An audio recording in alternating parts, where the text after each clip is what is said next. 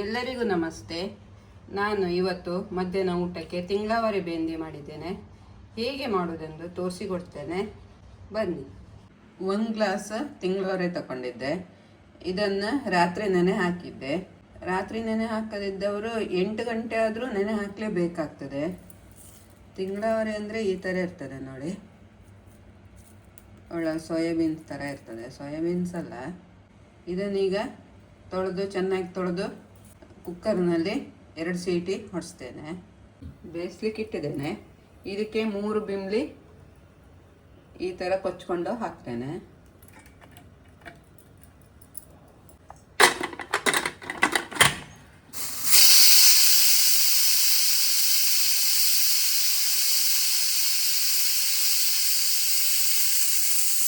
ಎರಡಾಗಿದೆ, ಬಂದ್ ಮಾಡ್ತೇನೆ.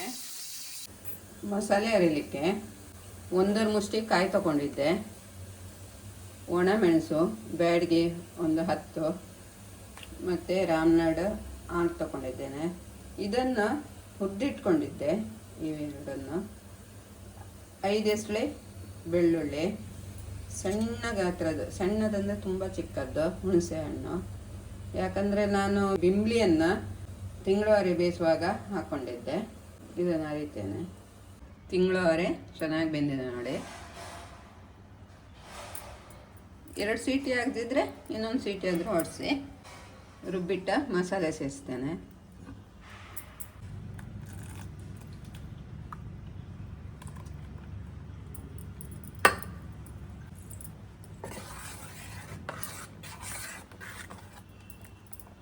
ಚೆನ್ನಾಗಿ ಕಲಿಸ್ಕೋಬೇಕು. ಉಪ್ಪು ಇಷ್ಟು ತಗೊಂಡಿದ್ದೆ. ಆವಾಗ ಬೇಯಿಸುವಾಗ ಉಪ್ಪು ಹಾಕಿಲ್ಲ ನಾನು, ಈಗ ಹಾಕ್ತೇನೆ.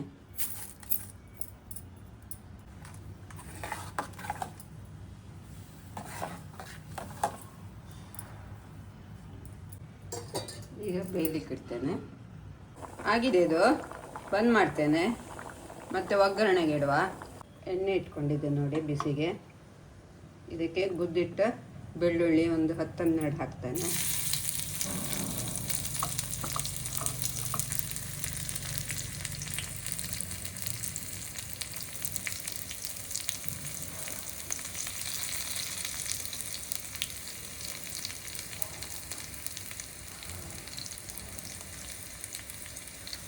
ಖಂಡಿತ ಟ್ರೈ ಮಾಡಿ ಈ ರೆಸಿಪಿ. ಖಾರ ಹುಳಿ ತುಂಬ ಚೆನ್ನಾಗಿ ಬಂದಿದೆ. ಇದು ಖಾರನೇ ಇರಬೇಕು. ಆಗಿದೆ.